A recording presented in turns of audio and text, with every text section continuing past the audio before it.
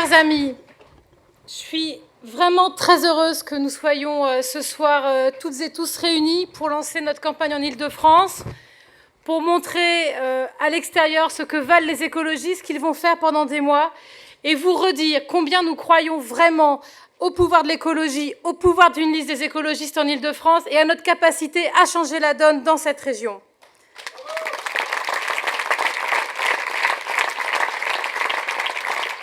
Je veux aussi vous le dire parce qu'évidemment, les temps ne sont pas si simples actuellement et qu'on a même parfois l'impression que d'autres n'aimeraient pas que nous fassions cette campagne, qu'ils préféraient qu'on la réduise à de l'agitation politicienne.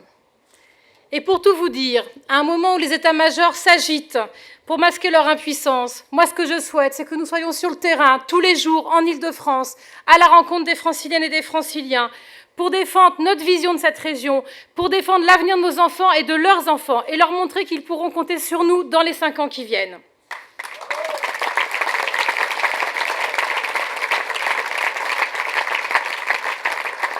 Vous me connaissez, j'ai plutôt l'habitude de dire les choses telles que je le pense, même si parfois ça agite un peu dans les équipes qui m'entourent. Alors autant mettre les points sur les i maintenant, en début de campagne, pour ne pas avoir le faire plus tard.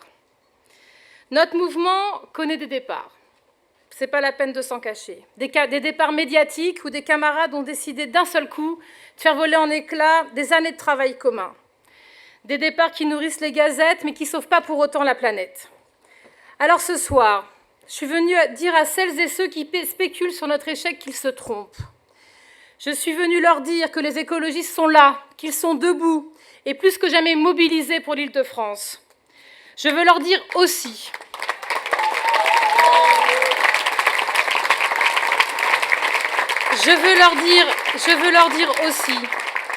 simplement que je comprends les doutes quand ils sont sincères et j'accepte les critiques quand elles sont lucides.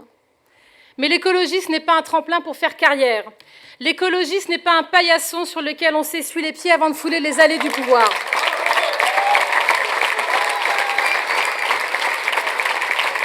L'avenir de la planète, l'avenir de nos enfants doivent être nos seuls objectifs.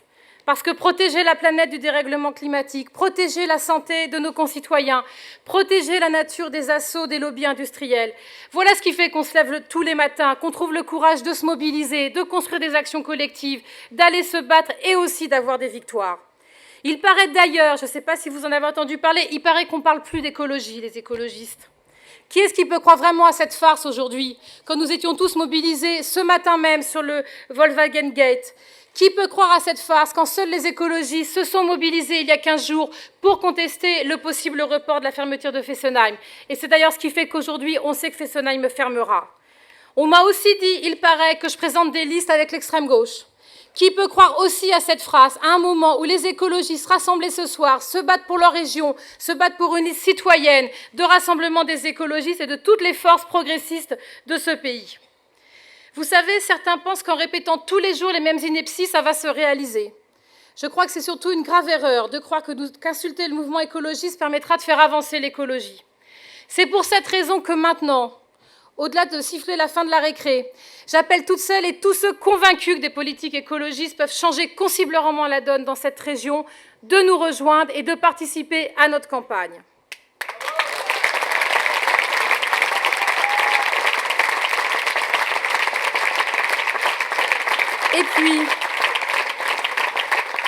Et puis autant le dire maintenant pour ne pas avoir à le répéter. L'écologie, elle n'a pas à être prise en otage dans le débat stérile des vieilles gauches. L'écologie, ce n'est pas la roue de secours d'une gauche en mal d'idées. Au contraire, je crois même que c'est l'écologie qui pourrait sauver l'ensemble de ces vieilles gauches. Et en tant qu'écologiste, en tant que femme engagée, je ne suis pas candidate à être un supplément d'âme, mais bel et bien pour diriger la plus grande région d'Europe, pour en faire la première région écologiste d'Europe.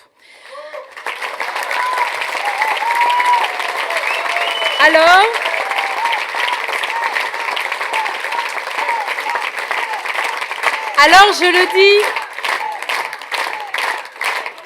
dis avec sourire,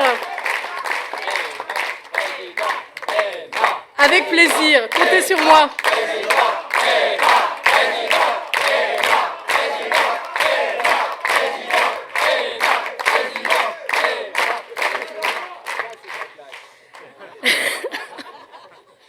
va être très dur de faire une campagne, parce que là, il n'y a pas toute l'équipe. Hein. Bientôt, ils seront 225, ce qui va changer un peu la taille de la scène.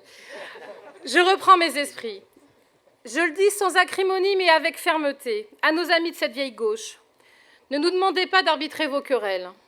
Monsieur Mélenchon, si nous ne nous sommes pas laissés asporter par le PS, ce n'est pas pour accrocher un wagonnet d'écologie à une locomotive anti-européenne.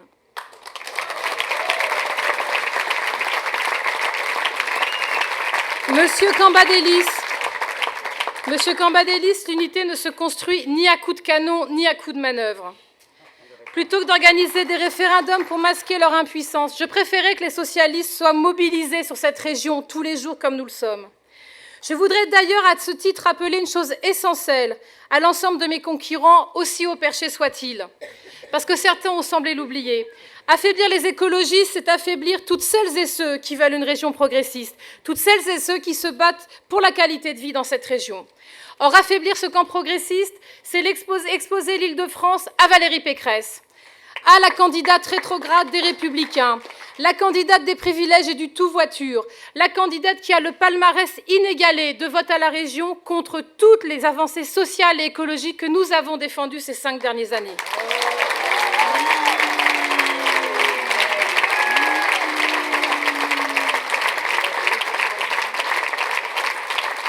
Jouer la division avec le chantage au rassemblement, c'est perdre des forces qu'on ne consacre pas à combattre les délires xénophobes et régressifs de Valérien Saint-Just, la tête de liste Front National qui est en fait aujourd'hui une tête de liste aux mains sales.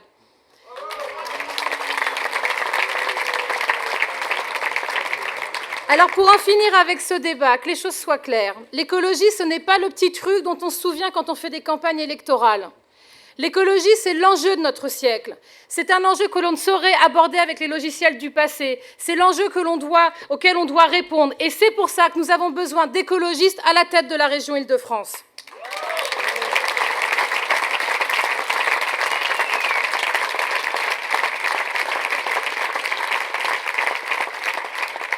Je voudrais aussi vous dire, parce que je suis votre tête de liste pour ces régionales, vous dire quelques mots sur moi, parce qu'actuellement, dans la presse, je lis plusieurs bulletins de santé me concernant. Autant faire le mien. Non, très chers amis, je ne débute pas mon chemin de croix. De toute façon, je n'ai vraiment aucune inclinaison pour le faire. Non, très chers amis, je ne subis pas de supplice chinois. Et non, je ne me sens pas affaiblie. Sachez que je n'ai pas l'habitude qu'on m'inflige quoi que ce soit et que je vais très bien. Et c'est mal me connaître que de me croire découragée par des pratiques politiciennes qui sont bien loin de l'idée que je me fais de l'engagement. Quand on s'est engagé comme moi, à 17 ans, dans la lutte contre le sida, quand on se construit un engagement politique à côté d'amis et de camarades dont beaucoup sont morts en chemin, je vous promets qu'on apprend à faire le tri entre le principal et l'accessoire, entre l'intérêt général et les ambitions personnelles. Alors moi...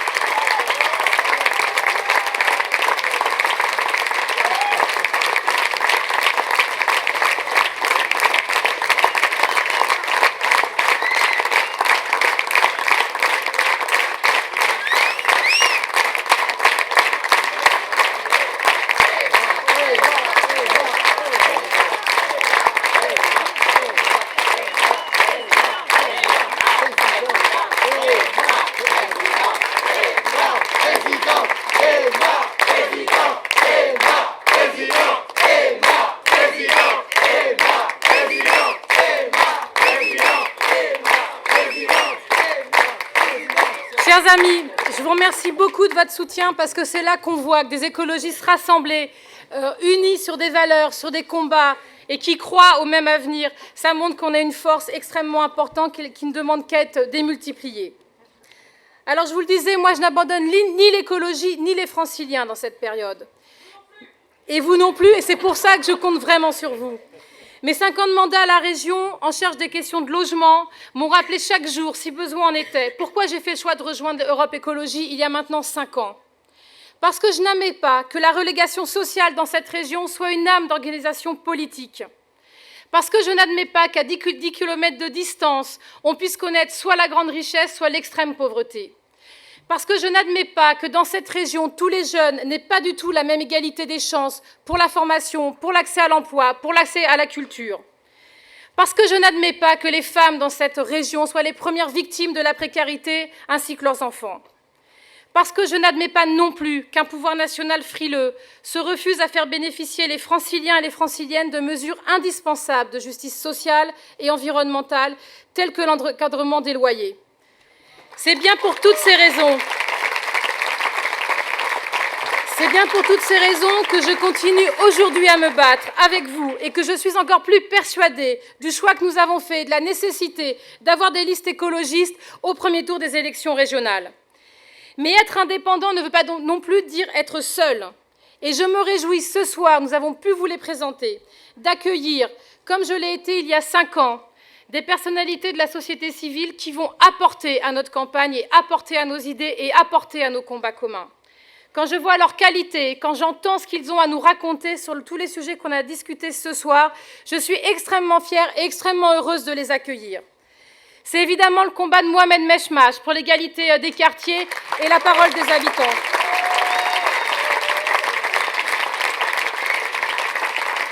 C'est la constance de François Damerval dans ses combats pour l'environnement.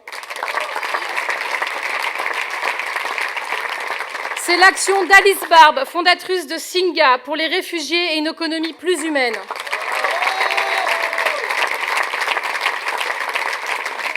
C'est l'engagement de Diaga Sall pour les droits des sans-papiers et l'accès au logement. C'est la vision d'une culture ouverte, citoyenne et piquante d'un Gaspard Delanoë.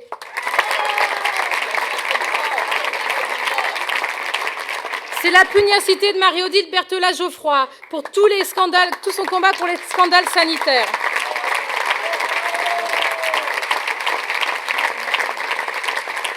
C'est l'action déterminée de Claude Boulanger pour l'accès à tous à une région solidaire où chacun a sa place. C'est la citoyenneté active d'Emmanuel Poilane qui a parcouru le monde pour défendre les biens communs. Et puis bien sûr, c'est l'ensemble des militants écologistes, Mounir Satouri, Pierre Cerne, Bénédicte Monville, Corinne Ruffet et tant d'autres, je ne vais pas tous les citer, qui ont fait avancer l'écologie politique dans cette région d'Île-de-France, dans les bons comme dans les mauvais moments. Voilà notre réponse aujourd'hui à la crise politique, voilà notre détermination pour cette région et aujourd'hui, je pense plus que nécessaire que nous continuions notre combat.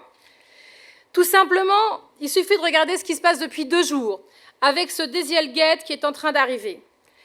Ce matin, je me souvenais d'une parole prononcée par Nicolas Hulot en juin dernier, devant nous, élus régionaux, à l'Assemblée régionale, mais il l'a aussi dit depuis et dans d'autres assemblées, où il disait à propos du dérèglement climatique, les écologistes alertent depuis longtemps, si nous les avions écoutés alors, nous n'en serions pas là. Et alors j'ai pensé, après aussi en avoir discuté avec Denis, parce qu'on parle beaucoup diesel quand même ensemble, et oui, et nucléaire, j'ai aussi beaucoup pensé à ce qu'ont fait les Verts depuis 20 ans, à Paris, en Île-de-France, et c'est notamment comme ça que j'ai connu les Verts il y a plus de 20 ans, sur la question du diesel, sur la question de la pollution. J'ai pensé à Corinne Lepage quand elle se battait sur la loi sur l'air, et dans une assemblée qui n'en voulait pas. J'ai pensé à toutes les actions qui ont été menées. J'ai pensé aux dernières actions mises en place par nos élus à Paris, comme Christophe Najovskier et Bernard Jomier. J'ai pensé à nos parlementaires qui, depuis plusieurs années, et je les salue ici, se sont battus pour que la niche fiscale sur le diesel soit réduite. J'ai aussi pensé à nos parlementaires européens qui n'ont cessé au Parlement européen d'exiger qu'il y ait des évolutions sur la question de la pollution de l'air.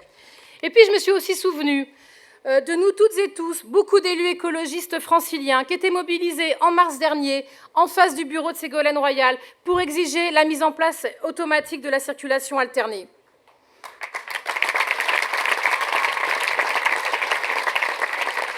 Et quand je lis l'édito du Monde de ce soir qui parle du chant du cygne du diesel, je me redis, et si on avait écouté les écologistes plus tôt, où en serions-nous? Peut-être qu'enfin, il n'y aurait plus de diesel dans ce pays. Alors maintenant, il faut dire les choses sans retenue. Oui, le diesel est nocif pour notre santé. Il nous empoisonne. Et la réalité, c'est que personne n'a envie de conduire une voiture qui empoisonne ses enfants et ses voisins.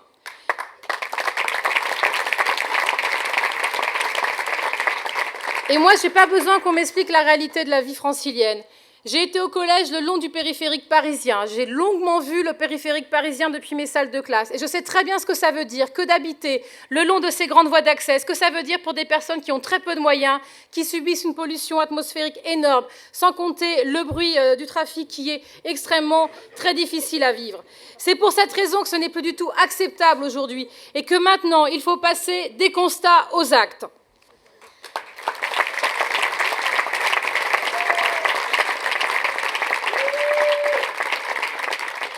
Décidons maintenant d'en finir avec le poison du diesel. C'est pour cette raison que je demande à Ségolène Royal et au président de la République de prendre leurs responsabilités. Plus aucune subvention au diesel en 5 ans, une interdiction du diesel dans l'ensemble du pays d'ici 2025. Et arrêtons de mentir en Français en les incitant à acheter des voitures soi-disant écologiques, soi-disant propres. La réalité, c'est que le diesel propre, ça n'existe pas. Donc arrêtons de les mener en bateau.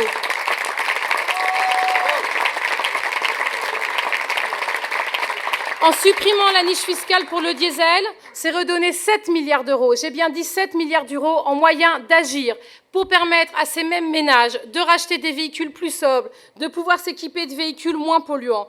Et c'est pour cette raison que dès lundi dernier, nous présentions notre plan pour la qualité de l'air en Île-de-France, qui incite à une sortie du diesel, à un renforcement des moyens de transport et de donner une mobilité à l'ensemble des habitants de cette région.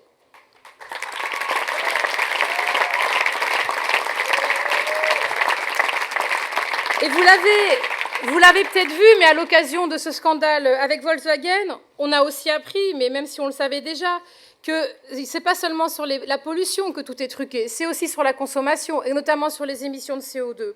Si je vous dis ça, c'est parce que maintenant, il faut aussi regarder ce qu'il va se passer pour le climat. Vous le savez, notre région va accueillir dans 2 mois, au même moment que les élections régionales, la conférence climatique sur le climat. C'est un moment pour nous essentiel, cette conférence internationale où plus de 190 pays vont décider ou non de l'avenir de la planète.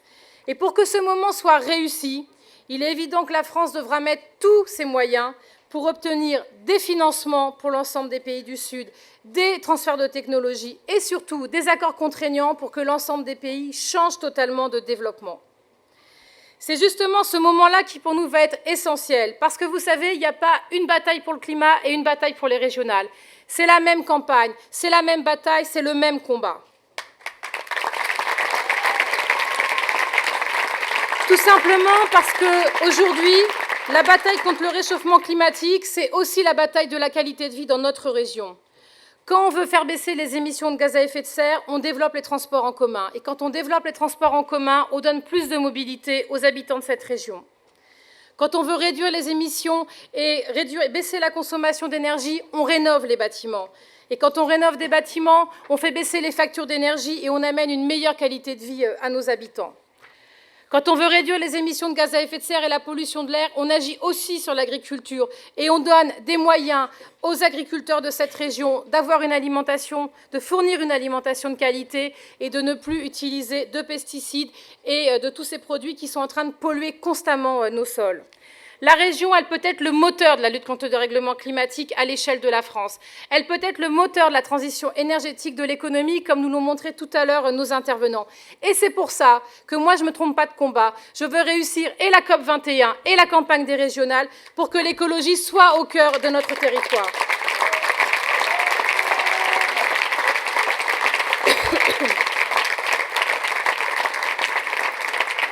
Alors, vous l'aurez compris, pour nous, écologistes et citoyens, qui avons souhaité faire ensemble cette campagne, il est plus temps d'être au constat, il est temps d'être à l'action. Et dans la campagne des élections régionales, nous n'allons porter qu'un projet extrêmement simple, améliorer la vie des Franciliens et Franciliennes en faisant de l'Île-de-France la région la plus écologiste d'Europe. Nous vivons dans l'une des régions les plus riches, potentiellement les plus puissantes d'Europe. En tout cas, c'est comme ça qu'on en parle quand on regarde les statistiques ou quand on demande à un économiste de décrire notre région. Pour autant, quand vous circulez dans cette région, quand vous allez au contact de ses habitants, est-ce que vous croyez vraiment que c'est comme ça que les Franciliens décrivent leur région? Non, malheureusement. Et le fossé est très large. C'est pour ça que nous devons changer de modèle. C'est pour ça qu'on doit apporter plus aux habitants de cette région. Et que pour nous, la vraie question de cette campagne, c'est comment mieux respirer, mieux manger, mieux se déplacer, mieux travailler, mieux se former, mieux partager nos ressources, mieux partager nos richesses, bref, mieux vivre ici et maintenant chez nous.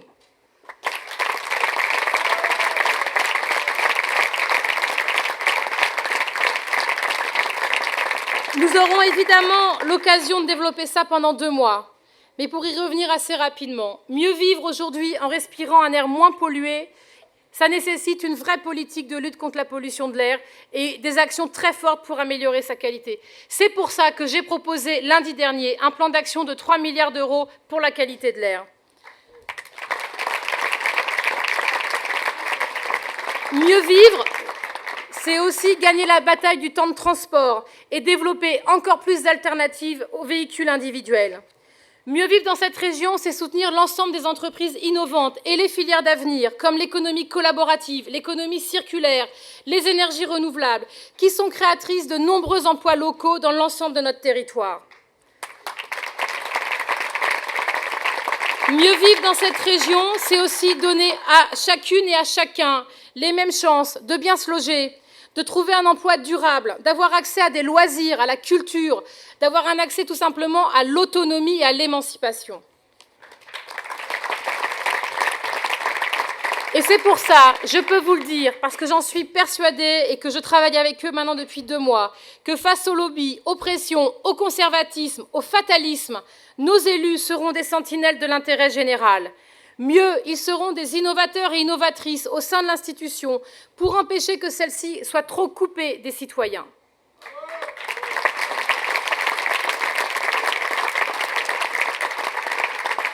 Et ce n'est pas simplement un slogan, mais quand vous n'avez pas d'écologistes dans une institution, eh bien l'institution ne fait pas d'écologie. Nous l'avons expérimenté ces 5 dernières années au sein du Conseil régional. Sans des écologistes combatifs et influents au sein de l'exécutif régional, il n'y aurait jamais eu de pass Navigo à tarif unique. Et sur ce point, je veux encore remercier quand même le travail fait pendant 5 ans, notamment par Pierre Cerne, Cécile, Mounir Satouri, mais aussi Ghislaine Séné, Jacques Picard et aussi Catherine Calmet, qui n'était pas élue, mais qui a trouvé un jour la solution avec Pierre pour qu'on avance.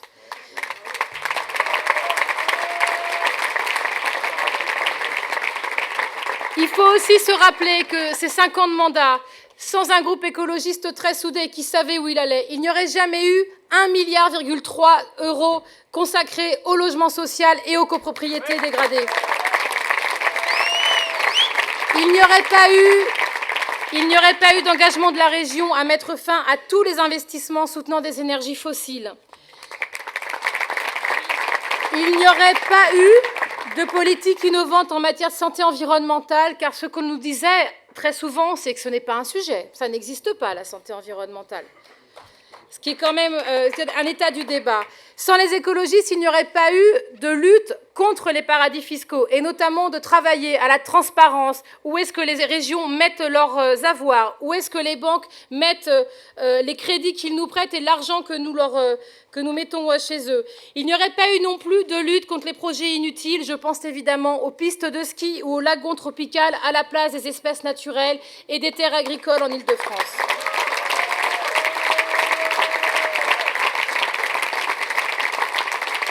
Et moi aussi, je veux redire combien l'unité de notre groupe, combien la détermination de nos élus avec leur diversité d'origine, de combat, de pratiques politiques ont permis justement ces résultats dans une assemblée qui était assez momifiée quand nous y sommes arrivés. Et c'est pour cette raison que pour faire de l'Île-de-France une région écologiste, il faudra demain des écologistes à la barre.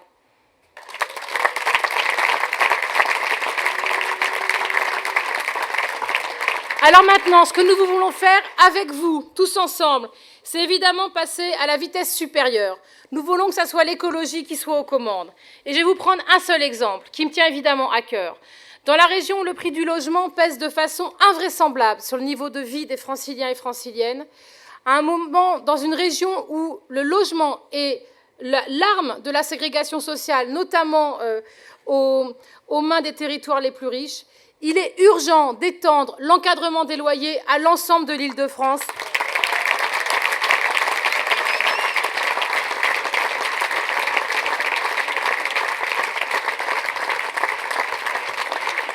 Je ne peux pas oublier, avec Julien Bayou et tant d'autres, comment nous étions sidérés du poids des lobbies de l'immobilier quand il s'agissait d'attaquer la loi de Cécile Duflot sur l'encadrement des loyers. Je ne peux pas oublier ce qu'on nous a raconté à Cécile et à moi sur le fait que c'était idiot, que ça ne servait à rien, que ça ne marchait pas, qu'on allait encore plus s'aggraver la situation des locataires, même qu'on allait bloquer le marché totalement.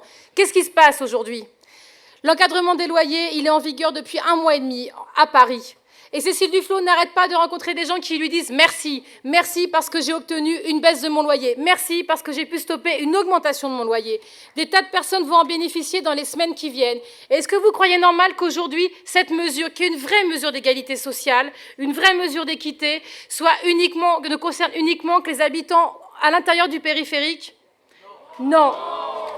C'est bien pour ça que j'ai fait le choix, dès le mois de juillet, de lancer une campagne en Île-de-France pour l'extension de l'encadrement des loyers à l'ensemble de l'Île-de-France.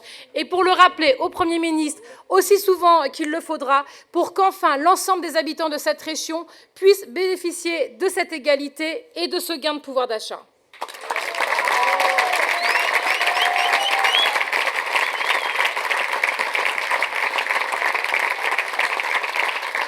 Alors, pour toutes ces raisons, pour mener à bien ces changements si nécessaires, l'Île-de-France a besoin de bousculer ces vieilles structures, ces vieilles logiques, ces vieilles façons de faire de la politique. C'est cela qu'apporte notre rassemblement. C'est cela, changeons d'air en Île-de-France avec Emmanuel Cos. C'est une idée, c'est un engagement, c'est un combat. Et moi, ce que je vous propose, c'est de porter une énergie nouvelle pour cette région, un souffle citoyen au cœur des institutions qui nous permettra d'être majoritaires dans cette région.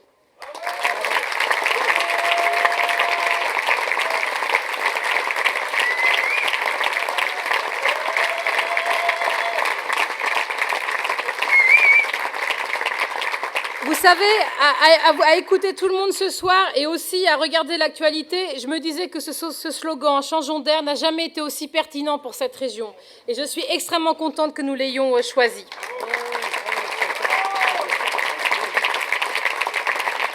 Alors pour conclure, il faut un peu animer aussi nos discours. Pour conclure, je vais demander à toutes celles et ceux qui sont derrière moi de me rejoindre. Donc il va falloir que vous vous leviez sans tomber. J'ai envie de remercier les co-secrétaires régionaux, Annie, Jean-Luc, je l'ai oublié. Aujourd'hui, vous n'êtes qu'une quarantaine. Demain, nous serons 225 devant vous. 225 dans l'ensemble de la région Île-de-France à sillonner notre territoire, à aller à la rencontre des habitants de cette région, pour défendre notre projet, pour porter notre vision de la région Île-de-France pour pas simplement les 5 années qui viennent, mais évidemment les 10, 20 années qui viennent. Notre projet, c'est un projet humaniste, un projet qui place le bien-être avant le profit, un projet qui met l'humain avant la machine, qui préfère la qualité de vie aux statistiques, qui refuse d'attendre les bras croisés que la croissance revienne, mais qui va aller chercher le bonheur avec les dents.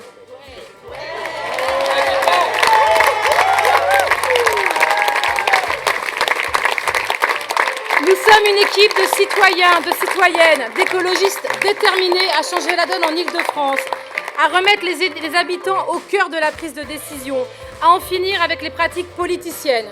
Alors nous comptons sur vous pour mener une campagne joyeuse, dynamique, positive.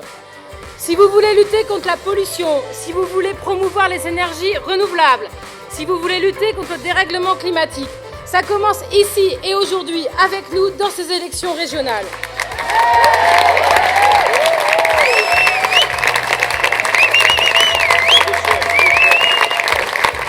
La campagne, je sais combien la campagne va être intense, va être longue, va nous faire de nombreux déplacements en transport en commun dans toute l'Île-de-France. Et c'est pourquoi je tiens à remercier par avance toutes celles et ceux qui vont faire cette campagne, toutes celles et ceux qui vont aller faire du porte-à-porte, qui vont aller distribuer des tracts, des pommes bio, qui vont aller expliquer l'intérêt du pass Navigo à tarif unique, qui vont aller se battre pour la rénovation des logements.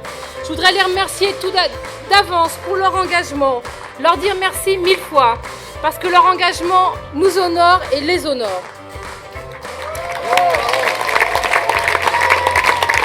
Alors merci à vous toutes et à vous tous de mener cette campagne des régionales à nos côtés. Merci d'être avec nous pour défendre notre vision de cette région Île-de-France, ce nouveau monde pour cette région Île-de-France.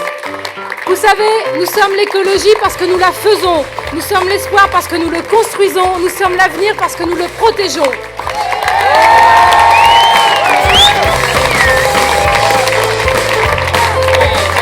Alors, ensemble, changeons d'air en Île-de-France, je compte sur vous.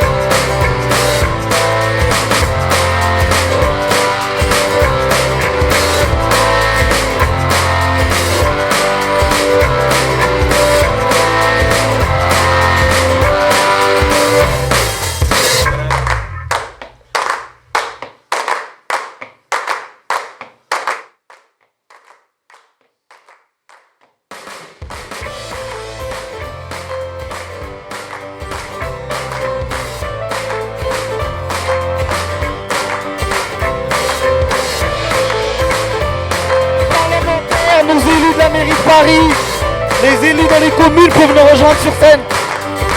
Sénateurs et sénatrices, conseillers de Paris,